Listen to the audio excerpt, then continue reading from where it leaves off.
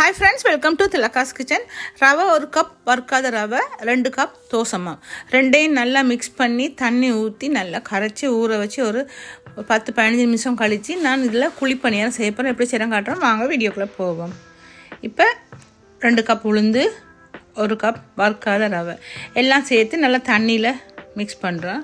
இப்போ இது ஒரு 10 நிமிஷம் அப்படி கொஞ்சம் ஊறணும். இப்போ இதில் வந்து தேவையான அளவு உப்பு சேர்த்து நான் அப்பா சோடா கொஞ்சம் இதுக்கு சேர்க்கணும். இது தோசை மாவு சேர்த்தபடி அப்பா சோடா கட்டாயம் சேர்க்கணும்.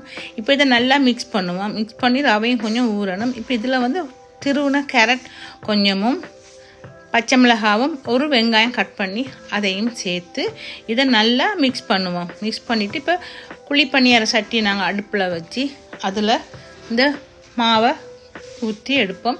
ஒரு கப்பில் இந்த மாவில் ஊற்றிட்டு தான் நாங்கள் ஊற்றணும். கரண்டியால் ஊற்றும் போது சில நேரம் கஷ்டமாக இருக்கும். இந்த மாதிரி கப்பில் ஊற்றிட்டு நாங்கள் ஊற்றுறது எங்களுக்கு ஈஸியாக இருக்கும். இப்போ எல்லாம் ஊற்றுவோம். இது வந்து தோசை மாவு இல்லைண்டா 1 கப் ரவையும் 2 கப் கோதுமாவும் சேர்த்துக்கலாம். அதுக்கு நீங்கள் அப்போ சோடா சேர்க்க தேவையில்லை.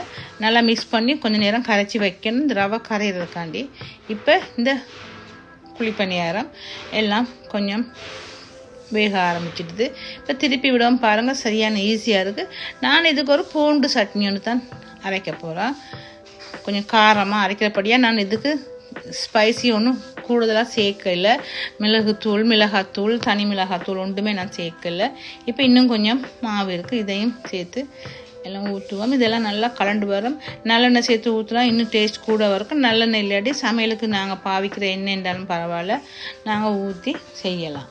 இப்போ ஒரு பூண்டு சட்னிக்கு நான் சமையல் எண்ணெய் ஒரு 1.5 மேசக்கரண்டி அளவு சேர்த்து இந்த ஒரு கைப்பிடி அளவு பூண்டு அதையும் அதில் சேர்க்குறேன். நல்லெண்ணெயும் சேர்க்கலாம், எந்த எண்ணெய் இருக்கோ நாங்கள் அதை சேர்த்துக்கலாம். நல்லெண்ணெயும் சேர்த்துக்கலாம். இப்போ ஒரு வெங்காயம் வெட்டி கட்டமாக வெட்டி அதையும் நான் அதில் சேர்க்கிறேன். இந்த பூண்டு கொஞ்சம் கோல்டன் கலருக்கு வரணும், கொஞ்சம் பச்சை வாசனை கொஞ்சம் போகணும். இதுக்கு நான் தக்காளி பழம் சேர்க்க இல்லை. இப்போ பூண்டு கொஞ்சம் நல்லா வதங்கிட்டுது. இப்போ இதுக்கு சில்லி ஃப்ளேக்ஸ் வந்து நான் 2 தேக்கரண்டி சேர்க்குறேன். காரத்துக்கு 2 தேக்கரண்டி. தனி மிளகாய் தூள் இருந்தாலும் சேர்க்கலாம், காஞ்ச மிளகாய் இருந்தால் அதுவும் சேர்த்துக்கலாம். 3ல் ஏதாவது ஒன்று சேர்த்து நாங்கள் இந்த சட்னியை அரைக்கலாம். இப்போ ஒரு 10 பல் புளிப்பல் எடுத்துருக்கோம், சீட்ஸ்.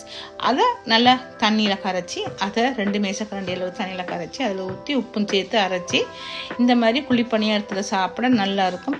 இதே மாதிரி நீங்களும் செய்து பாருங்கள். பிடிச்சிருந்தா லைக் பண்ணி, ஷேர் பண்ணி, சப்ஸ்கிரைப் பண்ணுங்கள்.